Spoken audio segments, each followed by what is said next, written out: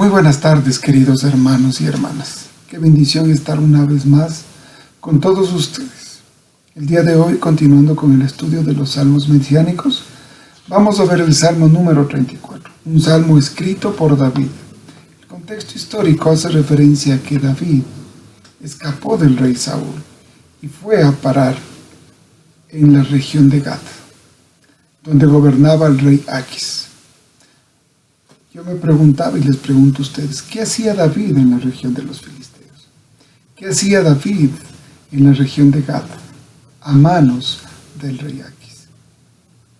Para poder entender esto, debemos captar la situación que se estaba dando en esas épocas. Unos meses antes, o posiblemente unos pocos años antes, cuando Saúl había sido rechazado ya como rey de Israel. No obedeció a Dios, pasaron muchas cosas que Saúl hizo completamente mal. Y Dios tomó al último hijo de Isaí, llamado David, para tomar el trono de Israel. En este sentido, ¿qué sucedió? Saúl tuvo mucho celo en contra de David y en varias ocasiones intentó matar a David. Tuvo finalmente que huir su yerno del rey debido a las amenazas en contra suya. Y lo primero que hizo fue dirigirse a la ciudad de Nob, en donde fue a ver al sacerdote Abimelech. Allí comió los panes consagrados a Dios y le fue entregada la espada de Goliat. Esto se debió a que David engañó al sacerdote para que se le entregara semejante botín de guerra. De allí él decide ir hacia Gad, a tierras filisteas, pensando que en ese lugar podría estar a salvo de la persecución de su suegro. Leamos por favor los versículos 10, el versículo 10 al versículo 15 de Primera de Samuel, capítulo 21. Primera de Samuel 21 del 10 al 15. Entonces David escapó de Saúl y fue donde el rey Aquis de Gad. Pero a los oficiales de Aquis no les agradaba que David estuviera allí. ¿No es este David el rey de la tierra?, preguntaron. ¿No es este a quien el pueblo honra con danzas y canta? Saúl mató a miles y David a sus 10,000. David oyó esos comentarios y tuvo mucho miedo de lo que el rey Aquis de Gad pudiera hacer con él. Así que se hizo pasar por loco, arañando las puertas y dejando que la saliva escurriera por su barba. Finalmente, el rey Aquis le dijo a sus hombres: ¿tienen que traerme a un loco? Ya tenemos suficientes de ellos aquí. ¿Por qué habría de permitir que alguien como él sea huésped en mi casa? ¿Qué sucede? David huye de su suegro, el rey Saúl. Va donde el sacerdote Abimelech y con engaños, con mentiras, logra que le dé los panes de la preposición, que ya estaban fríos porque habían preparado otros panes de la preposición para ser reemplazados. Y se sirve eso David y las personas que le acompañaban, unos jóvenes. Después de eso, le entregan la espada de Goliat y se dirige para la región de Nob, en tierra filistea. Y ahí él pensó que iba a tener paz y tranquilidad, iba a poder estar tranquilo de la persecución del rey Saúl. Pero ¿qué sucede? Los oficiales del rey están descontentos con la presencia de David. No querían bajo ningún concepto que el hombre que se jactaba el pueblo de Israel de que había matado sus 10,000 de los filisteos estuviera ahí con ellos. No querían bajo ningún concepto que él esté ahí. Y se molestaron, obviamente. Entonces, ¿qué sucede con David? Al ver la situación adversa, oposición de los oficiales del ejército, molestia de ellos, él pensó que posiblemente el rey de Gad iba a tomar su vida y eliminarle por completo. ¿Y qué es lo que hace David? Saca una tremenda medalla de actuación, hermanos. ¿Por qué qué? Porque se hace pasar por loco. Razón por la cual David tuvo que huir de Gad y refugiarse en la cueva de Adulam. Imagínense, actuó como loco. Y todos se convencieron que estaba loco. Comenzó a arañar las puertas, los dinteles de las puertas, a estar babeando, llenándose de babas toda su barba. Actuar como una persona que había perdido completamente la cordura. Eso le sirvió para qué? Para huir, salir de esa región y dirigirse a una cueva en la región de Adulam. De ser el yerno del rey, de tener su casa, de tener su esposa, de tener su familia al lado, la familia paterna, tiene que salir huyendo. ¿Por qué? Porque el rey Saúl le quiere ver muerto. Y tiene que refugiarse en Gad, porque pensó que las cosas terminaban ahí. No, ahí también le detestan.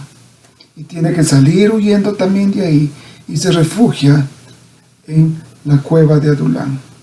En este contexto, David escribe el Salmo 34. Imagínense cómo se sentía David, emocionalmente, psicológicamente, cómo estaba espiritualmente, qué sentimientos venían constantemente a su cabeza y estaban en su corazón. Es por eso que el Salmo 34 expresa en resumen cómo Dios protege a quienes le temen, le aman, a quienes son sus hijos. El Salmo 34 podría dividirse en 4 partes. La primera, del versículo 1 al versículo 3. La segunda parte, del versículo 4 al versículo 10. La tercera parte, del versículo 11 al versículo 18. Y la cuarta parte, del versículo 19 al versículo 22. Leamos, por favor, el Salmo 34. Del versículo 1 al versículo 3. Dice así la versión Nueva Traducción Viviente. Alabaré al Señor en todo tiempo. A cada momento pronunciaré sus alabanzas. Solo en el Señor me jactaré. Que todos los indefensos cobren ánimo. Vengan, hablemos de las grandezas del Señor. Exaltemos juntos su nombre. ¿Qué hace David al iniciar el salmo? Acuérdese. Este salmo fue escrito en esas circunstancias. Persecución de su suegro, deseo de venganza de los ejércitos de los enemigos de Israel, los filisteos. Sale huyendo y se esconde en la cueva de Adulam. Una situación terrible, espantosa, horrorosa para cualquier ser humano. Saber que te están persiguiendo y que quieren tu vida. Quieren eliminarte, cueste lo que cueste. Por eso se refugia en la cueva, para que a nadie le pueda encontrar ahí. ¿Y qué es lo que hace David al inicio del Salmo 34? Alaba, exalta, adora y levanta palabras de gratitud. ¿Para quién? Para el Señor.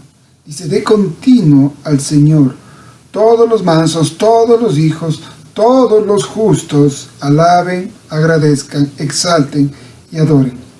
¿Cuál es la razón por la cual debemos alabar, exaltar, adorar y agradecer a Dios?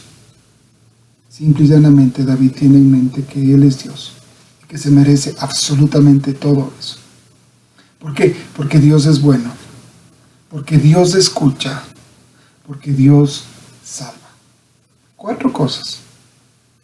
Dios es Dios, Dios es bueno, Dios escucha y Dios salva. Al inicio del Salmo 34 que estamos viendo.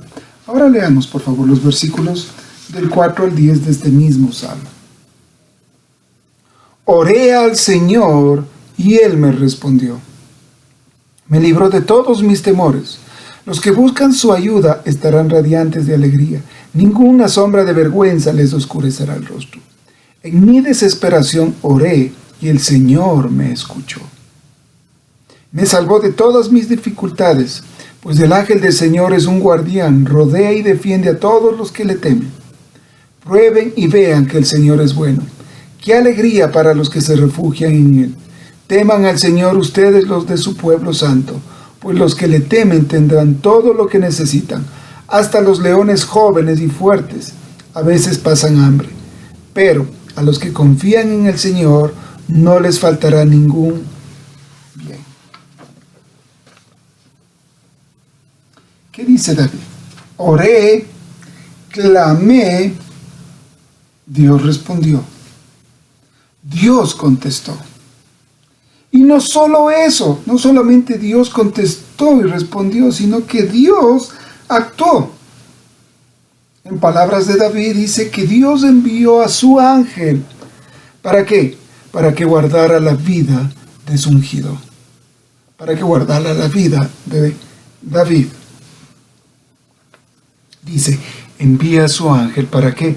Para rodearnos, para protegernos y no permitir que ningún mal llegue a los justos, llegue a los mansos, llegue a los hijos de Dios. Entonces, ¿qué es lo que está diciendo David en estos versículos, del versículo 4 al versículo 10?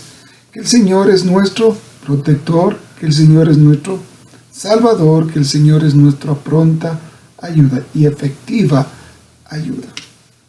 David no una vez, David no 2 veces, David no 3 veces, sino muchas veces experimentó esa realidad de que Dios lo protegía, de que Dios lo ayudaba, de que Dios lo salvaba. Cada vez que venían inconvenientes, cada vez que se presentaban problemas que él no había buscado, que sencillamente habían llegado a su vida, ¿qué hacía Dios? Lo protegía, lo guardaba, lo bendecía y le salvaba de las manos de sus enemigos. Muchas veces fue librado de todas esas personas que desearon el mal en contra de David. En incontables oportunidades Dios manifestó su amor y gracia a su siervo escogido, defendiéndolo, rodeándolo en contra de todo mal, dándole la victoria sobre sus enemigos. Por eso David expresa en el Salmo que no solo escuchen lo que le ha sucedido a él, todas las cosas de las que le ha librado Dios, del testimonio que David tiene constantemente de lo que Dios ha hecho, sino que todos les invita a que todos experimenten esa realidad palpable y tangible. ¿Al alcance de quién? De los llamados por Dios, de los escogidos por Dios, de su pueblo, de los que son justos, de los que son mansos. Les dice, hey, prueben, oren, clamen y van a darse cuenta que Dios está ahí, que Él escucha y Él hace, que Él oye tu clamor, mi clamor, y Él obra de maneras impensables en muchas ocasiones, o la mayoría de las veces, hermanos. Por esta razón, dice David, pueblo de Dios, teman al Señor, confíen en el Señor, descansen en el Señor. ¿Por qué? Porque Él escucha, porque Él es Dios, porque Él es bueno, porque Él salva. Descansen en Él, confíen en Él y teman al Señor, ya que los que le temen tendrán todo lo que necesitan. Ojo, tendrán todo lo que necesitan, no todo lo que pidan. Hagamos una pausa, hermanos. Oramos y pedimos y Dios dice, no, te voy a dar lo que necesitas. Y lo que necesitas es lo que yo considero que es lo que tú en este instante debes recibir. No lo que me pides, sino lo que yo creo que es más conveniente para tu vida. Porque si no, imagínense, pedimos todo y Dios está obligado a darnos. Así están enseñando y han enseñado ya desde hace varias décadas atrás lo que es la confesión positiva, lo que es la declaración de fe. Qué equivocados y qué falsedad completa que la gente ha creído. Las cosas no funcionan así con Dios. Dios provee de acuerdo a las necesidades que tienen sus hijos.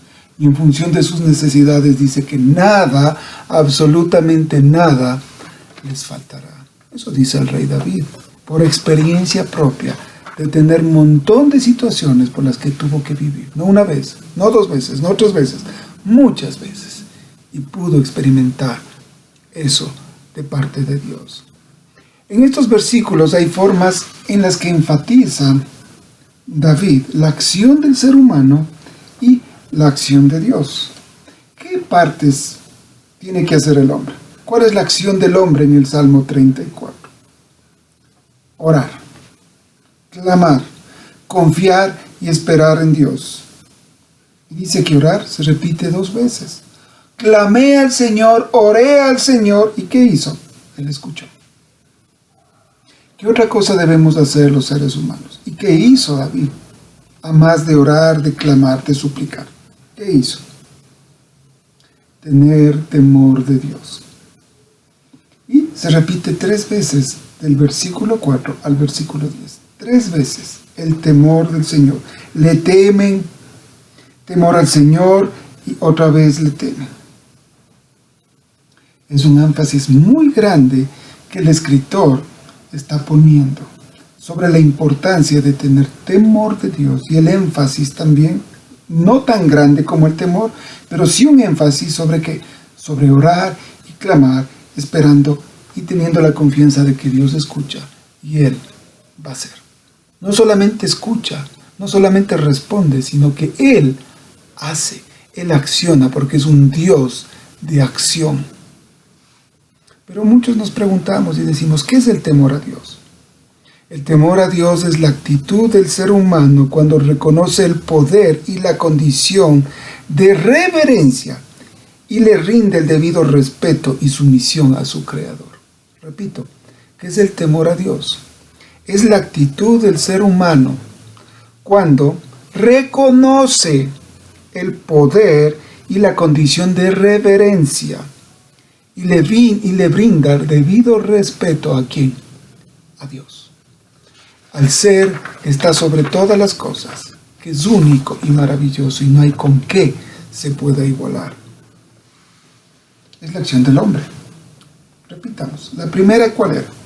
Orar y clamar. La segunda, tener temor de Dios. Ahora veamos las acciones de Dios que expresa David en este Salmo 34. ¿Cuál es la acción que hace Dios o que realiza Dios? Responder, escuchar, librar, salvar, proteger, defender y dar provisión. Él responde, Él escucha. Son sinónimos. ¿Dónde se da el responder, el escuchar? Cuando escucha nuestra oración. Él libra y salva, sinónimos igual. Él viene a librar a sus hijos, a salvarles de lo que están viviendo, cosas injustas muchas veces. Él viene a proteger y a defender, igual, palabras sinónimas. ¿Por qué? Porque Él es un escudo alrededor nuestro. Él es el que levanta nuestra cabeza. Ahora, por favor, leamos los versículos 11 al versículo 18 del Salmo 34.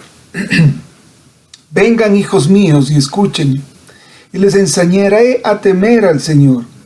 ¿Quieres vivir una vida larga y próspera?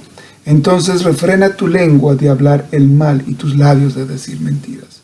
Apártate del mal y haz el bien. Busca la paz y esfuérzate por mantenerla. Los ojos del Señor están sobre los que hacen lo bueno, sus oídos están abiertos a sus gritos de auxilio. Pero el Señor aparta su rostro de los que hacen lo malo, borrará todo recuerdo de ellos de la faz de la tierra. El Señor oye a los suyos cuando claman a Él por ayuda, los rescata de todas sus dificultades. El Señor está cerca de los que tienen quebrantado el corazón, Él rescata a los de espíritu destrozado. ¿Qué encontramos en estos breves versículos, del versículo 11 al versículo 18? Las lecciones que David tuvo en su vida les llevan a expresar que tiene la capacidad de enseñar a las personas cómo deberían ser su relación con Dios y su conducta con otras personas. Sus vivencias le sirven ¿para qué? Para sacar a limpio muchas cosas sobre qué, sobre Dios, cómo actúa Dios, cómo debería actuar la persona que teme a Dios y cómo Dios actúa con las personas que no temen a Dios. Eso es lo que dice David en estos breves salmos. ¿Qué dice David? Refrenen la lengua del mal. ¿A quiénes? A todas las personas. Debemos refrenar de tener una boca muy ligera para expresar las cosas. ¿Qué más dice? No hablen mentira, no digan mentiras. Apártense del mal y hagan el bien. Apártense de las cosas malas. Apártense de lo que la gente dice que es bueno, porque sabemos que es malo. Dejen de hacer el mal y comiencen a hacer el bien. ¿Qué más dice David? Buscar la paz y mantenerla. Buscar la paz. ¿La paz con quién? Unos dirán la paz con Dios. No hay cómo tener paz con Dios. La única forma de tener paz con Dios es por medio de nuestro Señor Jesucristo. Pero nos dice que busquemos la paz ¿con quién? Con las personas, con los seres humanos, que seamos portadores de paz, de bienestar, de bendición para otros. ¿Qué más nos dice el rey David? De acuerdo a su experiencia. Dios escucha al que hace el bien. Dios escucha al que hace el bien. Dios rechaza al malo. Se podría resumir con las palabras: hacer justicia y misericordia, y que se humillen ante Él. Eso es lo que demanda Dios. Nuevamente el salmista en estos versículos vuelve a enfatizar que Dios escucha. Ya no 2 veces, le añade una más, 3. ¿Y qué sucede cuando en la Biblia se enfatiza a la tercera? Significa que debemos tener mucha precaución, porque esa parte que se está enfatizando es muy importante. ¿Qué atributo en la Biblia se da de Dios, que se repite 3 veces? Santo, santo, santo. ¿Cuántas veces se da aquí la necesidad que pone David de clamar, de orar, de suplicar, de clamarle a Dios? Igual, 3 veces. Desen cuenta la importancia.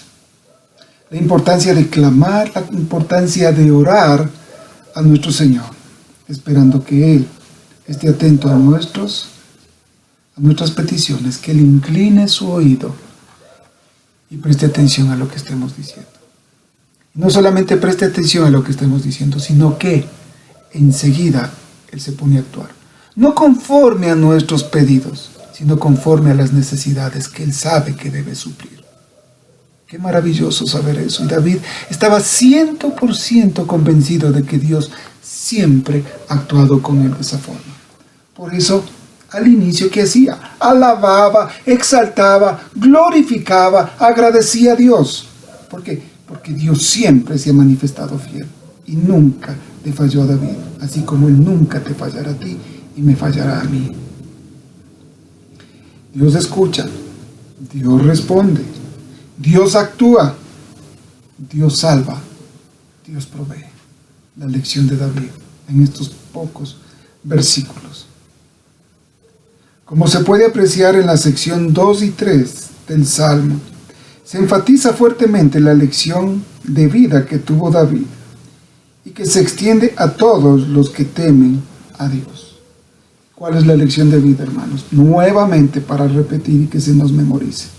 Dios escucha a quienes, a los que son suyos. Dios escucha a quienes, a los que son mansos, a los que son humildes. Dios escucha a sus escogidos. Y como Dios escucha, ¿qué hace Dios? Dios responde. Muchos dirán, pero muchas veces no entiendo a Dios. ¿Tiene que decirme siempre sí? No, hermanos. Dios puede decirme sí, puede decirme no, o puede decirme tal vez, espera, no es tiempo. Tiene varias opciones Dios de responder. El problema es que nosotros queremos respuestas afirmativas a nuestras oraciones. ¿Qué otra cosa hace Dios? A más de responder, Dios siempre es un Dios de acción. Dios actúa. Y cuando Él actúa, trae ¿qué? Salvación, trae provisión y trae ¿qué más? Protección. Nos defiende muchas veces de cosas que quiere hacerle la gente de manera injusta. Ahora por último, hermanos, leamos del versículo 19 al versículo 22, la cuarta sección de este salmo. Dice así: la persona íntegra enfrenta muchas dificultades, pero el Señor llega al rescate en cada ocasión, pues el Señor protege los huesos de los justos, ni uno solo es quebrantado. Sin duda la calamidad destruirá a los perversos, y los que odian a los justos, serán castigados. Pero el Señor redimirá a los que le sirven, ninguno que se refugie en él será condenado. Olvidemos la idea de que para tener fe en el Señor vamos a dejar de sufrir, vamos a dejar de padecer, vamos a dejar de pasar dificultades, y todo será bendición sobre bendición. Y si es que tú no has tenido bendición sobre bendición y eres próspero, o no tienes fe, o estás maldito, o un montón de cosas más que llevan a que te sientas culpable. Hermanos, eso es una barbaridad y una atrocidad de la gente que enseña eso, que no conocen lo más mínimo a Dios y no conocen las Escrituras. Da indignación oír que muchas personas enseñan eso, y lo más triste es que miles y miles de ovejas se han tragado esa mentira y viven frustrados porque no han logrado tener lo que tanto ellos han deseado. David expresa sin ninguna duda que muchas son las aflicciones de los justos. En la versión Reina Valera. En la versión NTV dice: las personas íntegras enfrentan muchas dificultades. ¿Y qué dijo el Señor Jesucristo antes de partir? En el mundo tendréis aflicción, pero tranquilos, yo he vencido al mundo. Tanto el Antiguo como el Nuevo Testamento nos exhortan a que tengamos cuidado y nos demos cuenta de las situaciones difíciles que deberemos pasar. Pero en todas, absolutamente en todas ellas, ¿qué va a hacer Dios? Él va a escuchar nuestro clamor, va a responder nuestra oración. ¿Qué más va a hacer? Va a actuar, va a proveer, va a guardarnos, va a protegernos, va a liberarnos. Y va a proveer conforme a qué, no a lo que pedamos, no a lo que declaremos, sino que a las necesidades que Dios quiera cubrir en ese momento, de acuerdo a su perfecta y santa voluntad. Pero ¿quién viene al rescate en todas estas situaciones que en el día a día vivimos? Es el Señor. Por esa razón no debemos temer, no debemos decaer, no debemos dudar jamás, jamás, hermanos, de que Dios es Dios. Sigue siendo Dios y Él va a actuar de una manera soberana, absolutamente soberana, sobre tu vida, sobre mi vida, en el tiempo, en el lugar que Él considere oportunos. Aún guardará al 100% nuestra integridad física, si así es su voluntad. El Señor redime, el Señor salva a quienes le sirven, a quienes confían en Él y nada más que en Él. Este salmo podría ser exclusivamente la vivencia de David cuando fue rescatado de las manos del rey filisteo Aquis. Pero debido a la inspiración del Espíritu Santo, el autor del Evangelio de Juan, este salmo se convierte en un salmo mesiánico. ¿Por qué? Por lo que el autor del Evangelio de Juan toma y hace referencia en sus escritos. Juan 19, por favor. Vamos al Evangelio de Juan y veamos el capítulo 19. Juan 19 del 31 al 36. Vamos a leer el contexto y la parte principal de lo que quería hacer la connotación. Y disculpe que se alargó mucho la explicación del salmo. Dice así: era el día de preparación y los líderes judíos no querían que los cuerpos permanecieran allí colgados el día siguiente, que era el día de descanso y uno muy especial porque era la Pascua. Entonces le pidieron a Pilato que mandara a quebrarles las piernas a los crucificados para apresurarles la muerte. Así podrían bajar los cuerpos. Entonces los soldados fueron y les quebraron las piernas a los dos hombres crucificados con Jesús. Cuando llegaron a Jesús vieron que ya estaba muerto, así que no le quebraron las piernas, Sin embargo, uno de los soldados le atravesó el costado con una lanza y de inmediato salió sangre y agua. La información anterior proviene de un testigo ocular que presenta un relato fiel. Él dice la verdad para que ustedes también continúen creyendo. Esas cosas sucedieron para que se cumplieran las escrituras que dicen: ni uno solo de sus huesos será quebrantado, y mirarán al que atravesaron.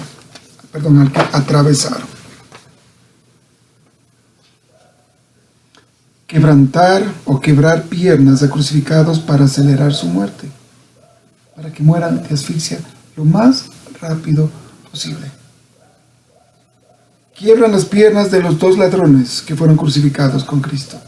Cuando llegan a Jesús, ¿qué sucede? Él ya estaba muerto. Y no quiebran ni un solo hueso del Señor. ¿Por qué? Porque tenía, según el autor de Juan, que cumplirse la profecía mesiánica que estaba en el Salmo 34, que hace referencia a que ni un solo hueso será quebrantado.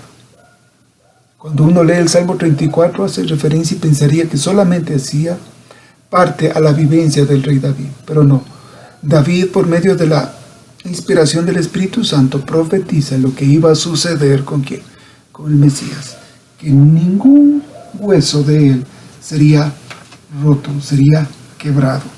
¿Y qué otra cosa más dice Juan?